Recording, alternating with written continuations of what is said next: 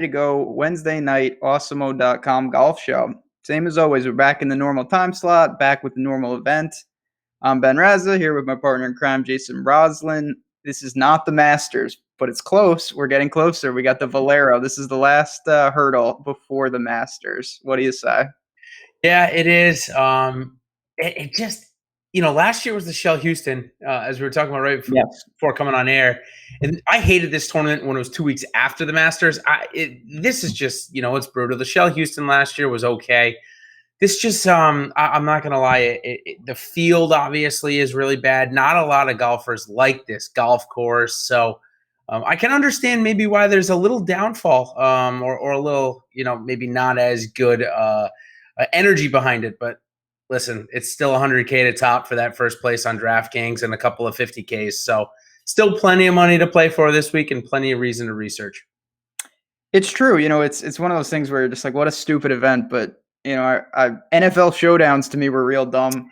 But the money, if you hit one of those, it's all the same. So it's still some good, worthwhile tournaments out there. Obviously, next week's a little different, and we're going to have plenty of content. We're going to touch upon some big things coming up for next week, whether it's sites, tournaments, and whatnot. But we do want to break down this. I'm not going to call it a dumpster fire, but it is what it is. We've got chat ready to go.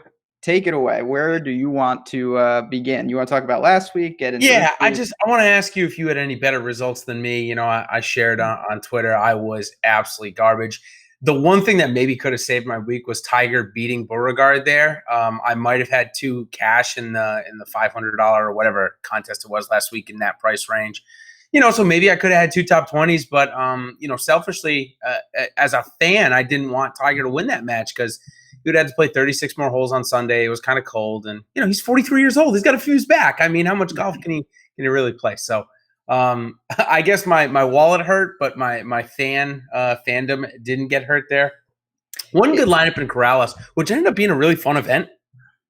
I mean, we ended up having Chris Stroud and Graham McDowell come down the stretch there, which is probably not who you and I would have been pulling for, but still pretty fun tournament. I had one good lineup, didn't really win me much money. How about you? Anything across the board at all? Nope. That's the short answer. I barely played Corrales. I had Neiman. It was tough with Corrales. And this is what happens. I knew that Im was going to be overwhelmingly popular, and I took the stand there, and it didn't work. You got to live with that. The match play, I'll say this. I think it's a fun change of pace, but they need to do something with the scoring in the sense that I don't think, and it's not just because it's Molinari, but nobody should be scoring 50 points more than the winner like that. They got to do something to that consolation match where maybe you tweak it or you give a bonus to first and second, just because I think that is a little outrageous. So yeah, well, I mean, Molinari, he ended up outscoring Kisner by a ridiculous amount of points. So, and the disparity between that I guess that probably should be worked on. I don't know what you can do. Obviously, Molinari, it was the holds played bonus, or the no holds played bonus. I mean, he killed it in there. He had more points there than Siwoo Kim did, but I think a lot of people probably did. My God, Siwoo, yes. Yeah, who's back in the field this week? Maybe we'll talk about him in a little bit. So lastly on Corrales, Chris Stroud, man, alternate events. Is this guy becoming like an auto roster at this point? All of his good finishes, except for the PGA Championship, which came the week after Barbasol, have all come at these secondary events. Is he just worth a bet like almost every time at this point? I mean, there are some guys like that they take advantage of those fields, and they know that for them to get in that 125 or to possibly, obviously, if you win, you can lock it up for years. And he seems to be a guy like that. So it's something to take note of. It was good to see Mackenzie Hughes up there. There's guys like that certainly took advantage, and we'll see if they can carry that momentum. This is a stronger field than that, but it's certainly not one of the top fields of the year obviously. So still some opportunity. Yeah, and it played a lot like a Euro event does, which doesn't surprise me, where you had Sung J M, 11.7K and 30+% owned, and you had a guy like Adam Schenk at 7.4K, 30% owned. And I think it's a perfect transition into this week because it is going to play, again, kind of similar to a Euro Tour event. If you've played Euro Tour on DraftKings, it just gets really chalky up at the top really quickly. But before we get into ownership, let's talk about the weather this week. It always wreaks havoc in San Antonio. This tournament is made for it. Looks like by my check, I checked Windfinder, about an hour ago. It looks like we're going to get some storms Friday and Saturday. If those roll in a little early, you could see the Thursday AM, Friday PM wave get hit with a little stronger winds. Again, they're both going to probably face it, 5 to 10 to 15 mile an hour, somewhere in that range. I will say, though, I played it for Valspar 2 weeks ago, and I got hurt by it. Paul Casey ended up in the wave that I kind of faded. So I don't know that I'm going to do anything much with the weather this week. I think I just played a little bit too much into it.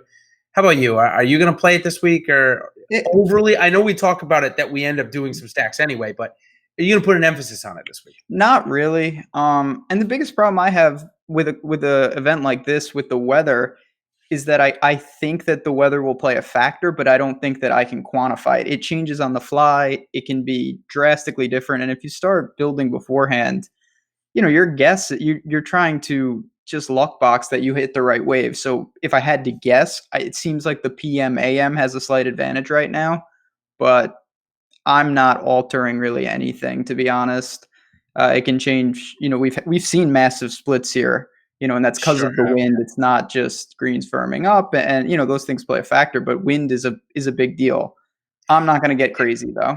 It is. It's a big deal, and it's a tough golf course. I mean, 7,400 yards. It played 12th out of 51st last year, so rather difficult. I'll talk about the morning, the AM PM wave. It's got the Fowler, Landry, Jimmy Walker, Tony Finau, Matt Kuchar, Jim Furyk lines. Any interest of doing some stacks of those lines? I know it's kind of the tee times come out interesting. Obviously, they split Fowler and Spieth, the two kind of big draws in terms of attendance or what people want to see.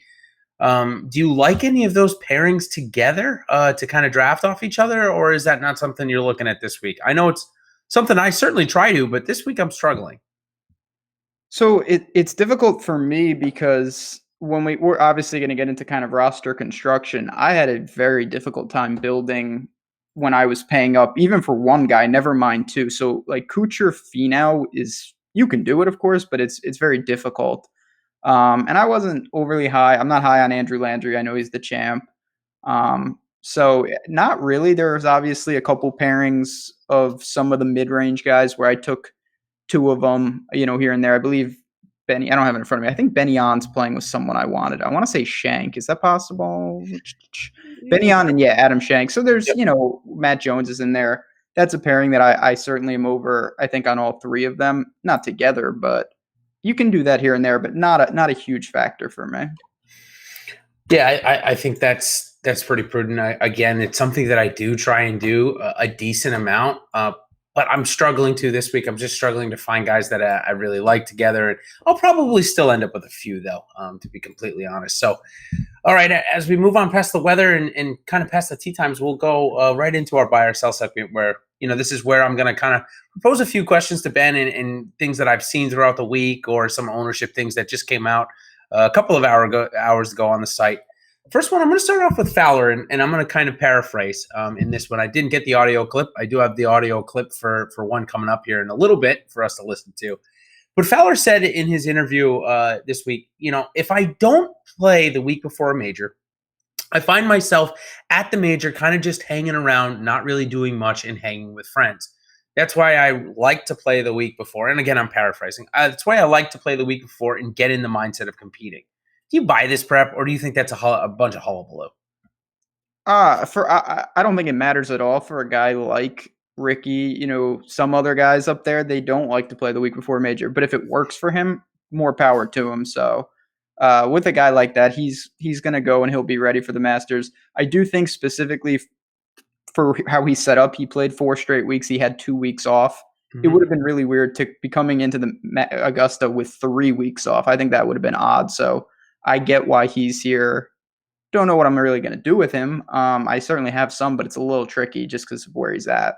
Yeah, and I think that was my next question. When ownership first came out, and candidly, I run ownership. The first time I pop open the model and everything's loaded in there. And when it first came out, he looked like he was going to be towards the 30% range, and all week he's trended down, and we've got him at about 20% roughly, right around there. It's interesting to me, though, because last year he came in T40th at the Shell Houston and followed it up, obviously, with the runner-up at the Masters.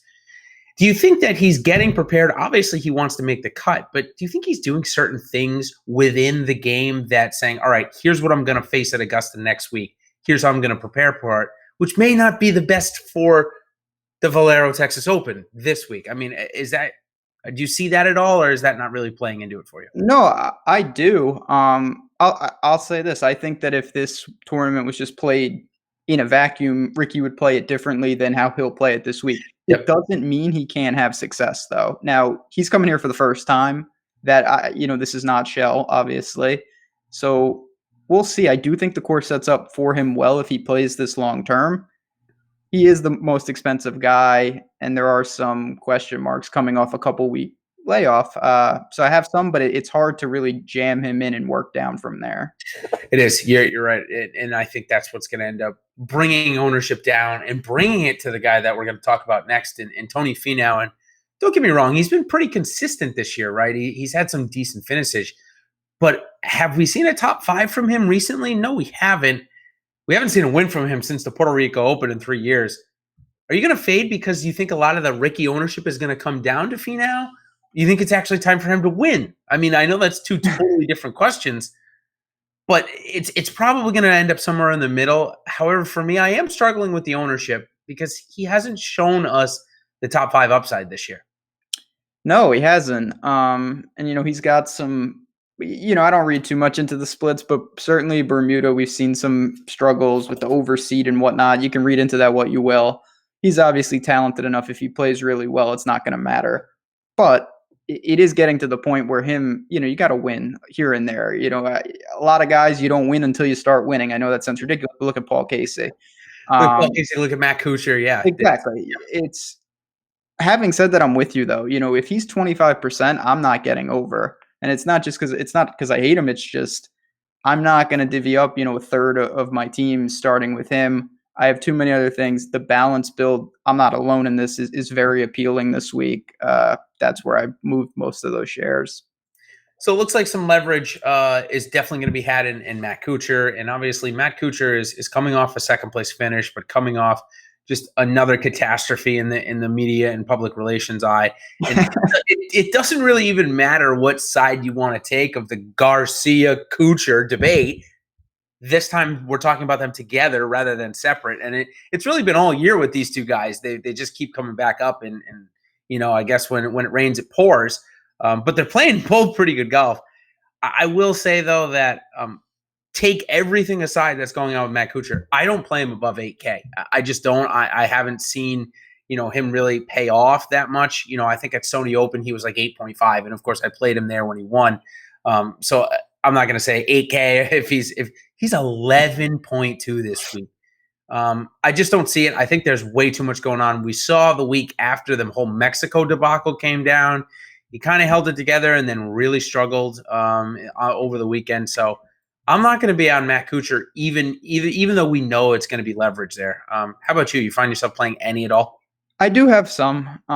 It's mostly because I agree there's going to be a vacuum there, and I don't worry about him playing. It is a lot of golf. That was a quick turnaround. He played, made it all the way through.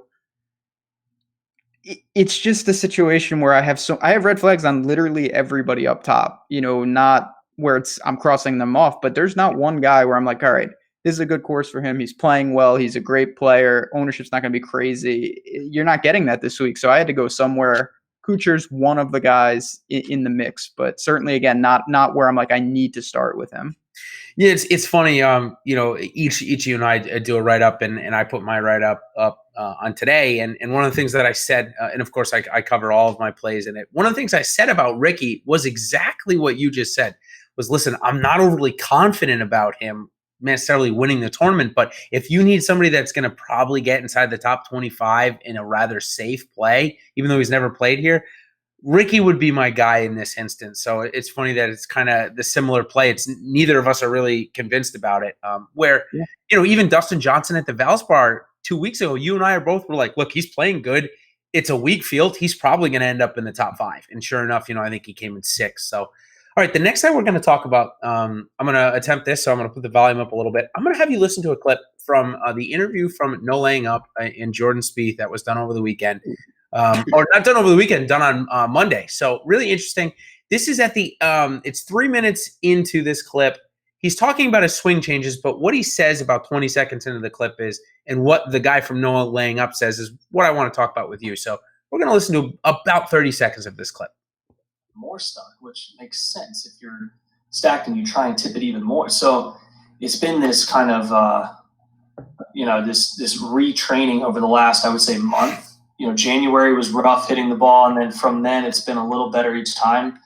And with the putting coming around too, and now really figuring out a nice. I mean, you saw on the range today. I was working with Cameron. We're just hitting same ball flight. Play as many of those draws as you can. Draw, and. Right. It was let's go through the bag. I'll let Cameron was like, it was dialing distances in. It wasn't working on my swing, which is really nice, but it requires a lot of effort right now. So okay. So that's just what I wanted to play you. Did you hear the No Laying Up guy? I know it was a little faint in the background, but did you hear him ask the question to Jordan, what he said? I did, yeah. I don't know if you want to just summarize it just in case people didn't. It was a little muffled, but yeah. Yeah, it was a little muffled. The No Laying Up guy said to Jordan, hey, Jordan, it looks like you on the range. It doesn't look like you're a guy trying to find his golf swing. It looks like you're a guy trying to fine-tune things. So for me, it is positive. I will say that is a major stride. Now, whether Jordan's being extremely forthcoming and 100% honest with us, we can only take Jordan for his word. He really doesn't lie that much. He says he's been working really hard. He says he wasn't close. Do I think he's going to come out and win this week? No, of course, I'm not putting my stock behind that. But this is important for me to at least hear that he feels he's close. And we know that confidence is just as important. Obviously, statistics aren't going to show it. Last week at the match play, he did have a really nice comeback against Horschel, a great round against Na where he dominated. And then again, he goes against Bubba Watson, who had nothing to play for and loses. So I wanted to bring up that clip to you just to hear what you thought about the clip, and then if he's in your player pool this week. It's your boy is quite a tough sell, one way or another, to be honest, for me. So the thing about Spieth, and obviously, you're more in tune with this. He always, to me, spins it positively. Yeah, PR wise, he tries to. There's no doubt. So I take somewhat of it with a grain of salt that a lot of times he says he's close. He's fixed the putting. Now he just needs to fix this. I'm still very confident that he turns it around at some point. I'm not going to say it's this week. I have no idea what he's going to do at Augusta. It's going to be very interesting when we talk about that. The thing I'll say here is if he doesn't turn around the off the tee this week, he has no chance this week. He'll be at Augusta by Saturday morning. Yeah, it's just not going to work. This is not a course where you can get away. He's a phenomenal scrambler, he's a phenomenal putter. He needs to keep it in the fairway as much as possible. Can he have a couple of loose ones? Of course, but you can't lose 5 strokes off the tee here and expect to be all right, even if he's Jordan Spieth. He's a great player, long term. So we'll see. I hope he corrects it. When he does, it's going to be very undervalued for a little while, and then the price will catch up. So it's kind of wait and see. I will say it's not like I have 0% this week. I'm still going to have some shares of him along this certainly down spell. Yeah, and I feel like we're getting towards the end of it, but what I'm concerned about is the misses off the tee have been far left, like way left. And his misses, and he talks about it in this interview in 2017, even when he blew the Masters, his miss was short right. And, obviously on 12 at Augusta, obviously that killed him and it cost him the Masters against Willett that one year. But his misses have been so far left, and that's been his problem. So hopefully he's got that figured out. If he's got that figured out and he gets to that short right miss off the tee, he can control that. So I'm getting him through the weekend. I put out a poll on Twitter, interestingly, this morning that said, hey, listen, if he top 10s this week, are you more inclined to play him next week? And I had about 20% of the people say yes to that.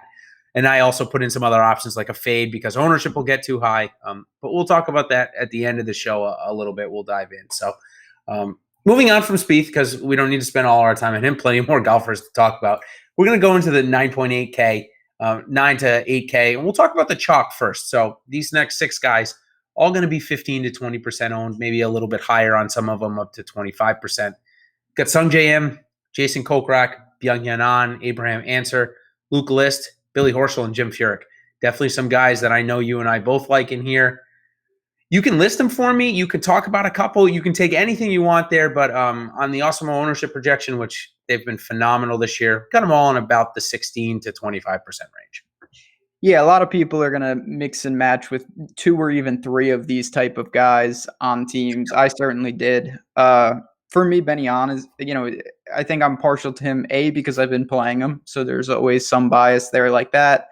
But B, because I think he's very underrated as a around the green type of guy. We know how good his irons are, but he can really scramble as well. He can't putt, which is not good. But other than that, really solid. Abraham Answer's a guy, I think you've been a little higher on him than me. I'm trying to kind of ride that coattail. I like him this week as well.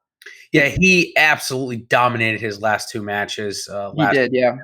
And I think he just ran into the Paul Casey hangover effect, and obviously that ran out against Molinari. But, man, if he'd played maybe Paul Casey any other day, he might have beat him. He was absolutely tearing it up. That's the thing. You don't – just as a general, take it for or don't listen to me. I don't, but for me, I don't read too much because that's the thing with match play. It's obviously about how you're playing, but it's also who you're playing. There are some guys they ran into the wrong guy on the wrong day, and it's only 3 matches. Someone like Answer, he was 2-1 last week, and he, like you said, he lost to Paul Casey, who was 2-0-1. But it could have been very easily him making the final 16 and kind of making a move, and maybe we'd be talking about him in a little different light if he won a couple more matches, obviously. Yeah, for sure. I think so. Probably maybe even a little higher owned as exactly. He should set up very well for this course. Strokes gained off the tee is really good. So anybody else, obviously, I think you and I are pretty much in the same camp about Sung JM. The 20% and 10.1K price tag for him is a little pricey, but I mean, I'm not going to take him out of my player pool. I don't think you are either, right? No, I worry the same thing I always worry about him. I think at some point you just wear down a bit, and he plays a lot of golf. And he's missed 2 weeks, since the beginning of the season. It's ridiculous. And I think we kind of both started to see that, and he missed a couple cuts, and he's rebounded nicely here and there. I have some because I think we all think that it's a matter of time before this guy wins. He's that good. But at the same time, again, I know this is my common theme. He's another 10K plus option where, as much as I see it, there's also red flags to me. It's not a guy where I'm like, oh, well, this is the obvious starting point. Yeah. And that's the thing, 10.1 and having him start a lineup this week and have it, obviously starting your lineup with him last week at Corrales is fine, but this week it makes it a little tougher. It wasn't that long ago, just, where he was your last or second to last man in. 7,700 at Valspar, even, he was 3 or 4. So that's what I'm saying. So it's a new step where he's leading. And like, you're right. This is not Corrales. Yep. So how about anybody else on the list of those guys? I think Kokrak looks like he could literally be the highest owned guy of the slate. I faded him for the most part at Valspar, tied for second. He was in my one good lineup, so I ended up hole-in-one. Yeah, the hole-in-one. Are you fading him again as well? Are you in that camp with me as well? Yeah. Yeah. I mean, it's going to end eventually. How about Luke List, 20%? I mean, why are we paying, why are we getting the 20% Luke List when we could go something like Ryan Palmer, $400 more, half the ownership, just as much upside, if not more? I mean, do you see it with look? I like Luke List, I really do, but 20% when you got some other guys around him, what do you think? Yeah, that's annoying in the sense I thought that, I remember last year at this, I believe it was this tournament, Luke List was on the verge. Everyone thought of really breaking through, and he didn't. He did not play well. I was hoping I could get him maybe around 10% this week. I'm going to have some because I think that, just from pure talent standpoint, he's up there in this type of field, but there are options. Russell Henley's $100 less. You mentioned Ryan Palmer. You can mix and match, and if you're taking a 1/5, 1/4 of the ownership discount, especially in some of these aggressive tournaments, that's a serious consideration for me. Yeah, definitely for me as well. Some other 10%ers. Lucas Glover probably comes in more towards the 15%. How about Ryan Moore? Looks like priced really high, has not been in good form at all, maybe flashed a little bit. Does he interest you? If he was 5%, I'd say, heck yes. But 10%, I know it, it's not that much more, but it is double at the same time. What do you think about Ryan Moore? I have him in the. My God, it's like a hurricane out here in New York. The Yeah, you wind. good? Yeah. What is going on out here? If the walls come crashing down, Ryan Moore's the last guy I get to talk about. Sad. Benny on and Answer are definitely ahead on priority list, but he's a guy that I don't mind here. We've seen someone like Zach Johnson be able to handle a course like this. Ryan Moore fits that mold. It's just a matter of keep it in. He's not the longest hitter. That's an understatement. So just keep it in the fairway, 3-shot par fives, stick the wedges, and make some putts. So if this guy didn't make it to the Final Four last week, let's say he gets to the Elite Eight, just beats Tiger, and then ends up losing his next match, right? I'm sorry, he wouldn't have got it. Let's just say he doesn't get to the Final Four. Let's say he loses to Tiger, right? He comes in at 9K at this tournament, coming off, let's say he played good against Tiger. Talking about Lucas Beauregard, looks like he's projected to be 2% owned. What do you think is going on there? I mean, this guy is red hot. He hasn't missed a cut over here. This course looks like it could be made for him. Are people fading him because simply it's too much golf, or do they not know about him yet? What's going on? I think it's, a combination of those with this price tag. He's just not a guy that you're used to. I don't want to say even starting with, because it's not like he's that expensive, but he's obviously one of your first people in. Yeah. In terms of price, it's interesting. We've seen him here a little, and one of the wrinkles of this tournament is we have a batch of Euro guys who are, they're not it's not the Fleetwood Norins of the world. It's this new wave kind of Hao Tong, Harding, Joust is over here, and Beauregard. It's very, very interesting where they fit price-wise against some of the standard PGA players. Yeah, it definitely is. And obviously we know that the OWGR for these Euro Tour guys or second tier guys is way higher than the PGA Tour player guys. And that's certainly another debate for another time. And you and I probably align exactly alike in there. Is like, it's probably a bit hogwash in our opinion. But still, Beauregard, he's going to be playing next week. He's one of the cheapest good players on the board next week. So I'm kind of perplexed at what to do and say, do I just take my shots here this week and hope that he gets his PGA Tour card, gets a top 10, and maybe fades next week with the higher ownership? Or do I want him to fade this week, which is going to keep the ownership low next week at 6,400 and allow us to get a Tiger Rory in the same lineup? And again, I don't mean to talk about next week too much, but I'm trying to think of Lucas Beauregard here saying, okay, if I come in the top 15 at the Masters, I've got myself a PGA Tour card. I don't need the Valero to get my PGA Tour card at this point.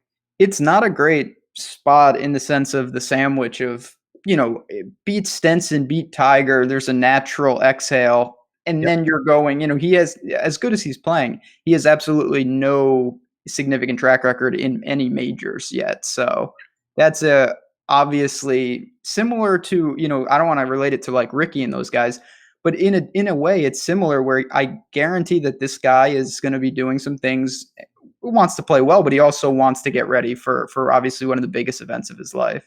Yeah, I would think, at 27 years old, it's taken him quite a long time to get here. I'm sure next week is literally probably the week he's been looking forward to his entire life. So definitely interesting. Wanted to bring that up because he is part of my leverage group in that 9 to 8K range. Let's talk about Hao Tong Lee as well, who's also going to be under 10% owned. And we'll talk about Yus Lauten, also going to be under 10% owned. You just mentioned all three of them. Does Juice or however you want to call him, I apologize. Man, yeah. We call him the Juice Man. Is he your favorite play in this range? So, God, I really do like. He's one of my favorite golfers. I play him in Europe all the time. Yeah. I'm not sure that this course is the best. He's played Heritage before. I wish he played Valspar. I think it seems like be a great course for him. Yep. Something like that where he can kind of really, be technical. Yeah. This is going to force his driver, and I don't know how he reacts to that. If he can hang on off the tee, I love his irons. He's good enough. Putting is what it is with a guy like that. So for me, he's a little more consistent. Hao Tong Lee, we know, has the upside. It's so volatile. It's wild, man. So volatile, yeah. So he's done it in WGCs. He's done it in majors. So I'm not worried about that. That's definitely the better tournament play in my eyes. But the Juice Man is a guy that I want to see how he plays, because I think if he gets some starts, there's going to be some courses that really line up for him over here. Yeah, and we'll talk about contest selection and strategy for just a minute on that note. So when Ben says, Haotong Li is probably a better tournament play, for me, that means I would focus on Haotong Li in the $5 GPP. That way, if you get him in, let's say, 10, 15 lineups, 20 lineups, you're getting more than the field and you're not over allocating or spending too much. Whereas Hughes Loudon, I would probably focus on him at, say, the $150 level. He's not going to be that highly owned, and he's not as volatile as Haotong Li. Again, he may not have as extreme upside or as much upside on a consistent basis, but you're probably not going to get the win the group stage and then get blown out in the round of 16. You're not going to get the missed cut at the Arnold Palmer or a top 5 at the British Open. Right, it's just what Haotong Li does. It's what he's shown us, and he's still really young. I think he's only 22 years old. So it just kind of goes with that. We've seen that with Jocko Niemann, the 19-year-old this year. So that's it. That's kind of what my thoughts on him. 2 other guys in the leverage areas: Johnny Vegas and Denny McCarthy. Denny McCarthy priced up here in the 8K range. Seems to me like the JT Poston of a couple of weeks ago, just probably way overpriced. But he's going to be 2% owned. So I'm actually a little interested in Denny McCarthy this week. How about you? Anywhere?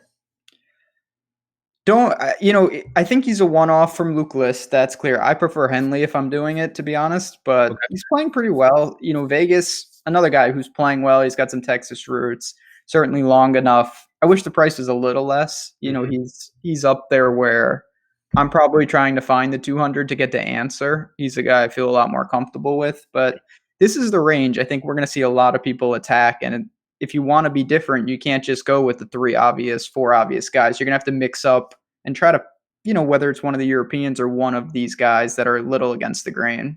Yeah, Vegas or McCarthy or even a Graham McDowell. And I will say about Johnny Vegas, 4 straight top 26s. So some really good form for a guy that we saw miss cut after cut or, make a cut, miss a cut. He hadn't been that consistent for a while. So definitely good to see. We know he's got some great form. So we'll move into the 7Ks. For me, you just mentioned Russell Henley. I might have a little bit.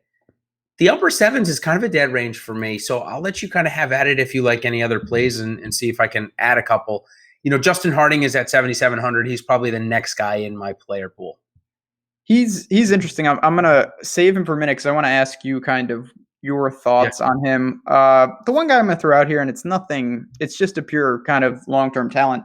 Daniel Berger, he's not playing well. He's leaning on the putter heavily.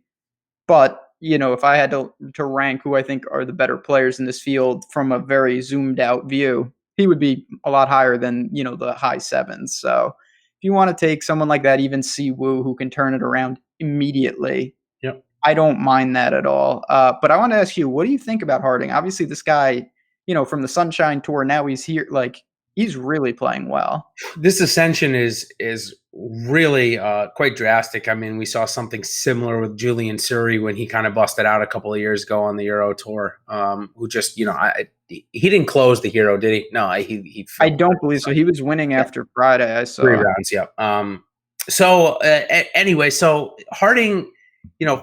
Literally the first time we saw him on American soil was last week in Austin. And he put up a good fight. He beat Luke List, beat Matt Fitzpatrick, put up again a good fight against Rory. He hits the ball pretty far. If I could kind of relate him to somebody, he probably is a similar type of distance as Charles Howell who was playing last week too. He's got a broomstick putter, so whatever you want to think about that, it is what it is. I'm definitely interested at where I'm most interested. And his ownership's going to be higher because we're not the only people that are going to do this. But he's mid-price on FanDuel, so at this point, I'm probably going to get a ton of exposure there and just say I'll take the wait and see on DraftKings. I'll see if DraftKings puts him out at 6,500 for next week. I don't think they've come out with his pricing yet, but they definitely will. So, yeah, it's a wait and see on DraftKings, but I will play him on FanDuel. Yeah, I mean, that's the ability to kind of price shop. There's no need to – not saying, you don't play him on DraftKings. You can do that because you're going to get different ownerships. But obviously, when there's a big discrepancy like that, that opens up a lot of value. And I'm certainly in line with that. Yeah, so if he ends up top 10, and I know that if I probably play him at the 60 or 70% on FanDuel because of that price, I'm at least okay in the sense that he's probably not going to be more than 15% owned or 10% owned on DraftKings, so I won't be too hurt by it, at least on DK. Yeah, absolutely. So the chalk in this range, you talked about Berger, so I'll skip over Berger, but next two guys, Jocko Niemann and Joel Damon, both going to come in around 15%. I'll just say any interest in either. We love Jocko, and I think we all want him to do well, but he's really struggled, man. I mean, okay at the Valspar, but a missed cut last week at a course where he should have won. Well, at least we thought he should have. Were we too hyped on him? What's going on? Yes, the old sophomore slump. It happens. I watched his presser today. I don't like to read too much into that, but he did say that he felt he was playing better than he was scoring. And he likes this course. He was very good here last year, but he was in the midst of a really nice run. Yeah, right after the Masters miscut, he just started to tear it up. He did. I do like he can lean on the driver, which is one of his better clubs. There's no doubt about that. But he's got to start making some putts. That was what the difference. I mean, he's just been awful with the putter. There's every time he even gets an opportunity, we know he can't scramble. So do I have some? I do, just because I think people have cooled on him a bit, and the price seems pretty fair. But this is not a situation where I'm like, oh, Niemann is just an auto play. There's too many. Again, he's a very risky, and this is a hard. I know we didn't really talk about this. This is a hard course. Like you're not going to be seeing a birdie fest. Yeah. For Telly, a guy that you and I definitely love. We have talked about him so much this year, and all of a sudden, we got a good start last week, a decent start, and all of a sudden he's 15% this week in San Antonio. Man, is that going to make you jump off? I mean, this is our guy here. I'm kind of a little shocked to see, kind of a little upset, I guess, to see it, because it does seem like a good spot for him. Yeah, this isn't fair. It's just annoying. We should get some type. We should get 7% here. For all we've been playing Dylan Fratelli this year, we should get 7% at this tournament. But yeah, no, I've been playing him like wildfire, and he was Valspar. He had the old bogey free on Saturday, birdie free on Sunday. Not ideal. I really like him in the spot. I know other people do. It's he went to Texas. He's playing well. I always, I thought that we would see him, maybe take some lumps, but get acclimated over here. And he's starting to put it together.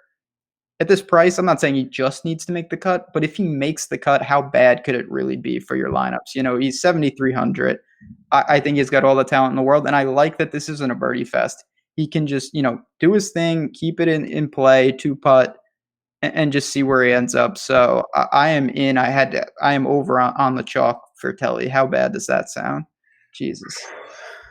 Very gross. How about just a simple pivot over to a guy like Sam Burns, who had 2 eagles on Sunday? That is your boy. You love that guy. When is he in a top 10 in a regular tournament? Is it this week? That's a question for you. I have no Sam Burns feel. I thought at Corrales, he, from what I saw, obviously I can see the finish. I don't know what he did. He looked like he was playing some pretty good golf. Yeah, he was. Yeah. So talented, no doubt about it. Yeah, maybe the Valspar too. So maybe 3 straight for Sam Burns. Maybe a little bit of a groove. The thing about this guy, and he reminds me not in play, but kind of in stats as of Bo Hostler. He is consistently gaining like 6 strokes putting. And it's to the point where it's like, we know he's a phenomenal putter, but my God, that is a lot of heavy lifting. So it's always a little atypical when you see a guy doing it like that, but this guy can really putt. There's no doubt about it. He can. So if we get the ball striking to come around, I think that's when you're going to see a top 15 or top 10 post pretty quickly. So I like the 3 straight. Obviously, he competed with Sung JM all year last year on the web.com. Sung J has obviously flown way by him. So maybe this is the time where those graphs start to come back to a little bit more neutral. I do like Sam Burns this week at 7,100. A couple of more leverage spots. Matt Jones, who was round 1 leader and came out and made a, what do you call it, a quintuple bogey, I guess? Something bad, yeah. Yeah, something real bad on his first hole. It was a 9, and I believe a quintuple, whatever it was. He's looking like under 10%, maybe even under 5%. And Martin Keimer, under 1%. Just 2 names that I saw as leverage plays. Honestly, there are a ton of leverage plays here, but You want to talk about either of those two or any other guys in this area for a little bit of leverage? Matt Jones, definitely a guy I see some merit to. He's playing with Benny on. And yeah, he had anytime the guy invents a new color, like when you're looking at the app and you're just like, oh, I've never seen that color, it's something extreme. He did one of those. So I'm not going to Keimer because he just cannot chip at all. Like if he can't putt it from off the green, like he did at, wherever that was, I think Pinehurst. But anyway, Scott. Yeah, where he took about the golf course. Yeah. Yeah, it's there's limited options here. I'll throw out Bud Cauley as a guy, 7,400. I totally have no problem with that. Good off the tee, can scramble when needed, and is always just a pretty solid putter. Yeah, and he was actually the first guy on our Make the Cut segment that we try and do. So perfect lead in there. Another guy that I'm interested in that I'll throw at you right now is Scott Stallings, a top 10 at the Valspar. Had a good chance actually come Sunday to have a better than a ninth place. Does this interest you at all? I mean, he's had a really consistent good stretch here for about a month and a half after a bad start to the season. He's been very good recently. Yeah, he's the type of guy, again, you're going to need something. Obviously, like most weeks, and he's not going to be remotely popular. We've seen some big finishes in between long stretches where he's been awful. So that's what you're getting. You're really hoping to really nail one of his 3 or 4 top 10s, one of his top 5s on the year. And could it be here? Sure. He's certainly shown that gear, and that's all you can really ask for at this price range. Definitely. So Bud Cauley, I think we're both interested in. Andrew Putnam disappeared after his torrid stretch where he came in second in Hawaii and was playing really good. Came back last week, won his first match against Patrick Reed, then struggled in his last 2 matches, but was pretty good off the tee. For me, it looked like an easy pivot one-off against Neiman. It looks like 3%. Can I top 10 here last year? Can I get you to buy any Andrew Putnam? No Andrew Putnam for me. I do see the pivot. For me, Austin Cook is the pivot off Neiman. Okay. He's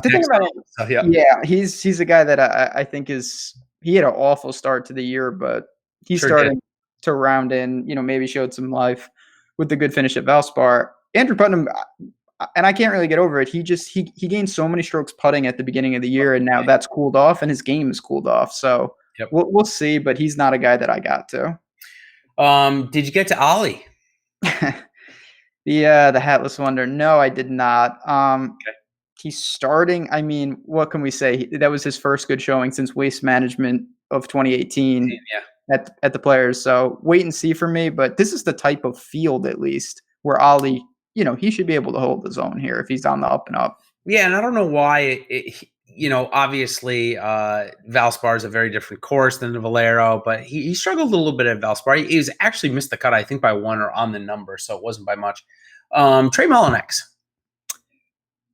Trey Mullinax, I worry about what his ownership is going to be. I definitely have some, and I like to play because he should fit this course. We saw him have success here. I think, especially in higher stakes, sneaky popular. That's my prediction with him. Yeah, he could be. How about JT Poston? Same price, pretty good. Yeah, you're in? Oh, yeah. I love that guy. You see the flat brim, by the way, that he was advertising today? He knows what he's doing, just in life.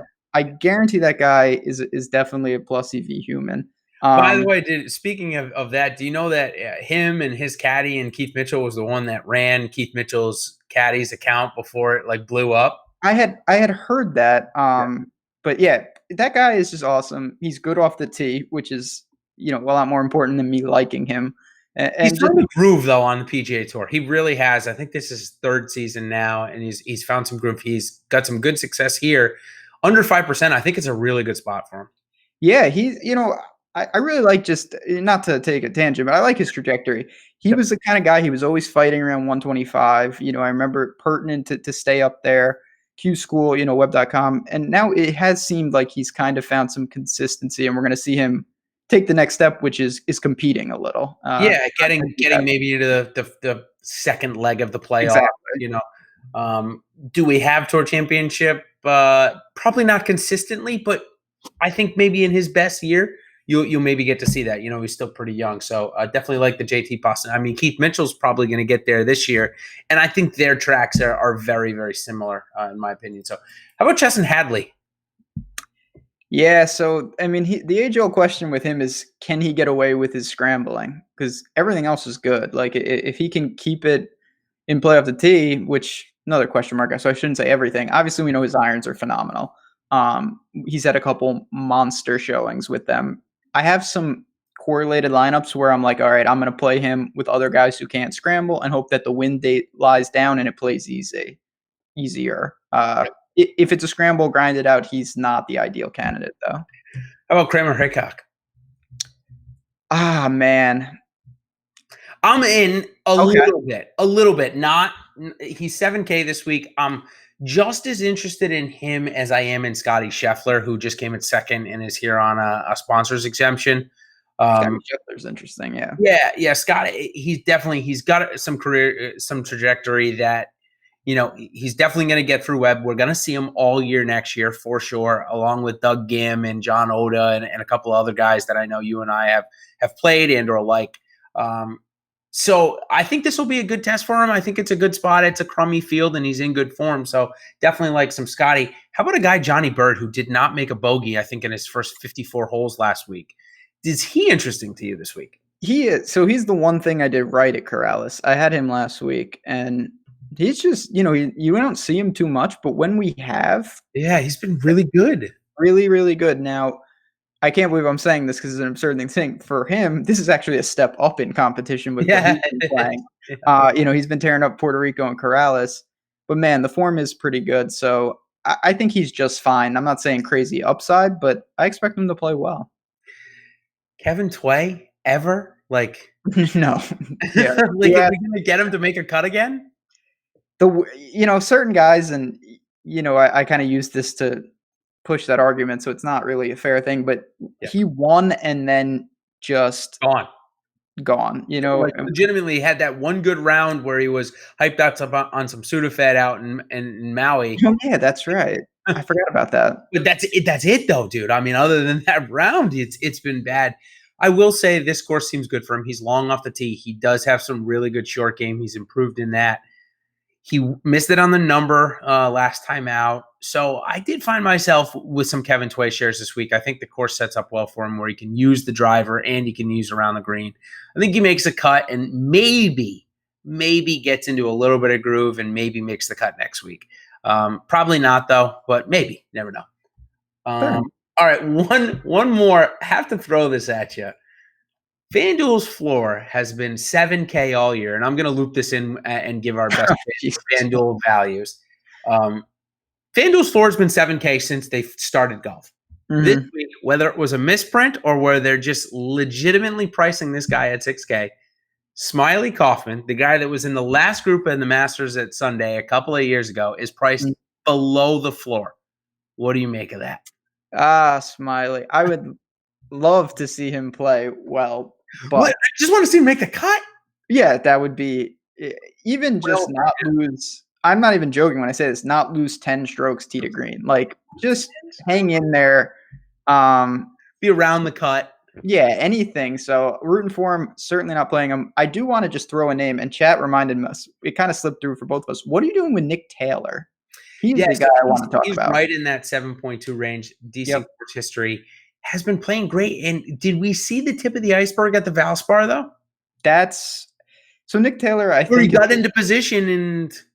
Yeah. And, he was lurking in the play. Like, he's been playing very well. I think he's a fine cash play in tournaments. Honestly, I tried to move it off when I could. I certainly have exposure, don't get me wrong, but I think he's going to be a popular spot because he feels safe. And I'm not sure how safe he really is.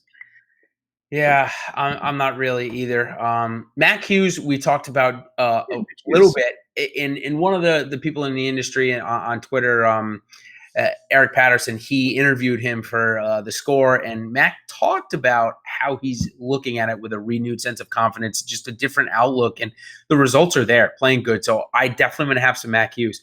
How about your boy Kyle Stanley, priced at 7K in this field? He's actually been showing form, so is this a spot maybe to play him a little bit?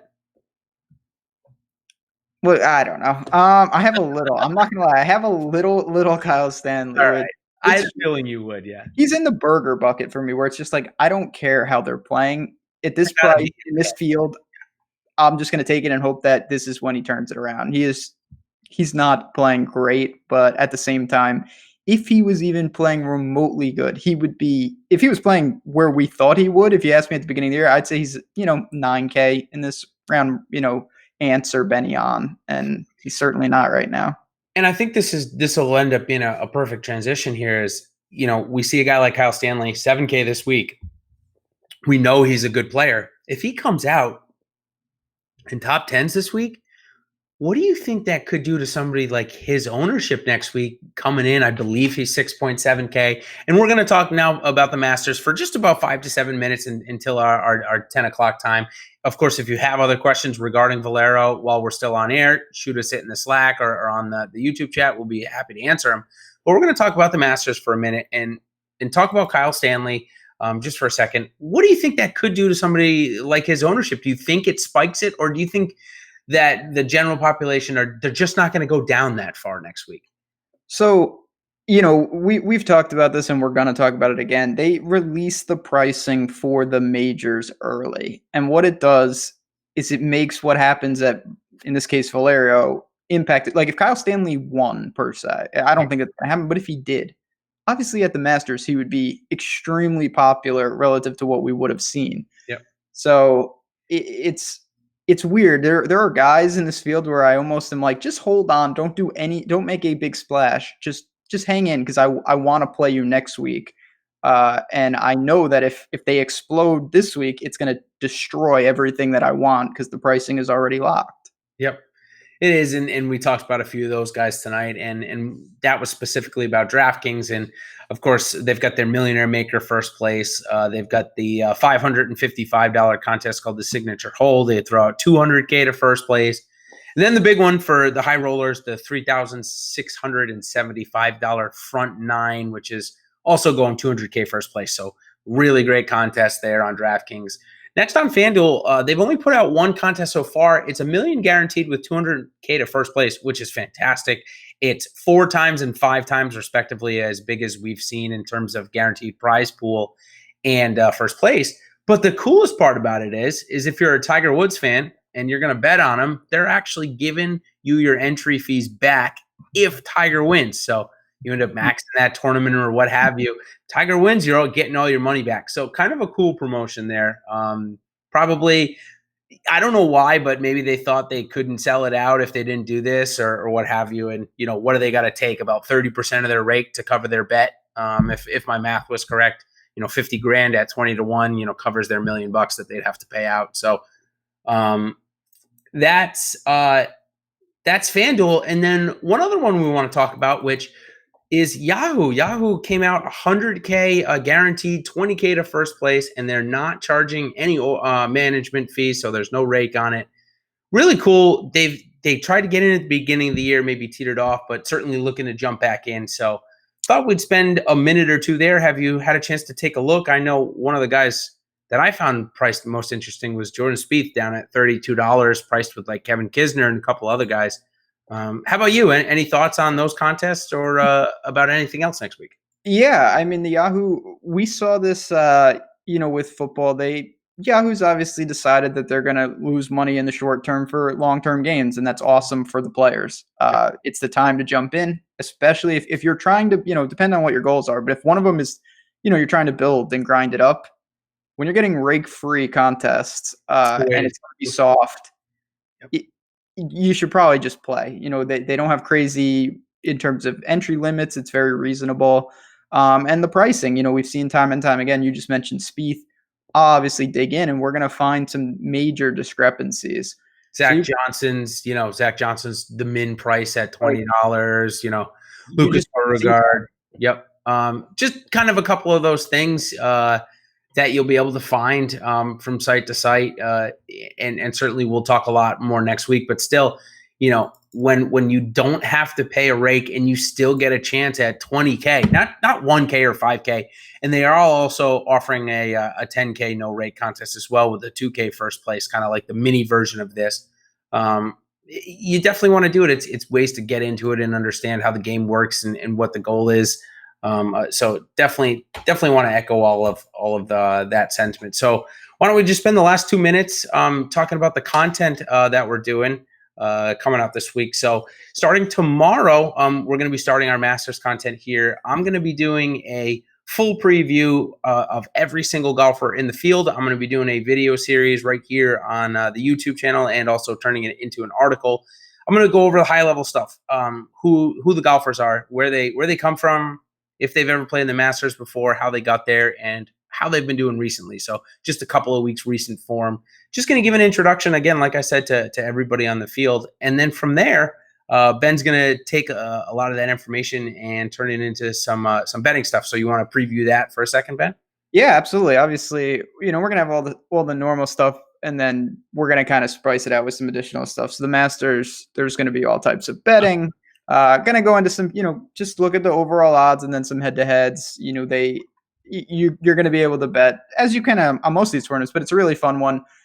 Top American, top European, top Swede, whatever you want to do. So I'll look into some of that stuff, see if we can find some value. And then, like I said, we're both going to be answering a ton of questions in Slack. We'll be around. There's a lot to break down. We want to see how this ends. I'm going to just throw in here. We did have a question from Chad. I think it's interesting. I forgot this guy. Your boy, DJ Trahan.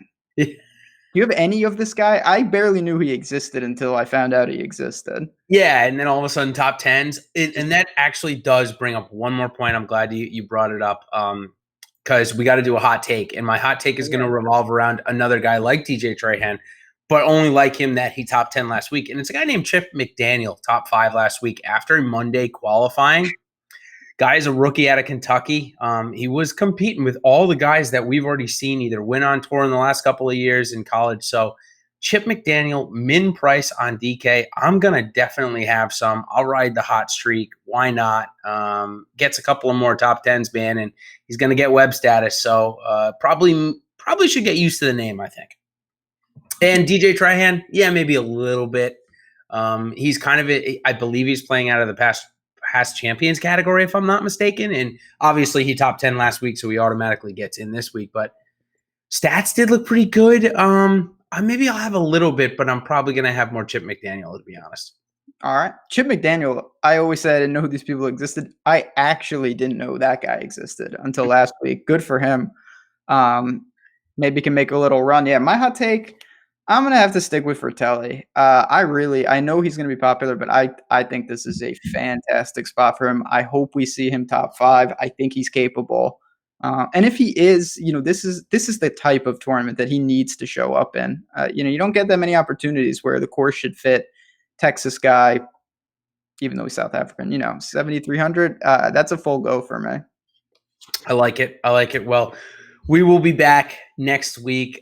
We can't wait. It's my favorite week of the golfing year by far. The contests are great. The golf course is the best. So really look forward to that. Ben, anything else? No. As we always say, chat, appreciate it. Hit that like button. If you haven't signed up, come on in. This is the perfect time to do it because the Masters is next week. Yeah, and we're gonna be having some coupons and some good deals coming up in the next 4 days. So be on the lookout on our Twitter channels, of course. And other than that, guys, we will see you for Augusta and the Masters next week. Cheers, everybody. Take care.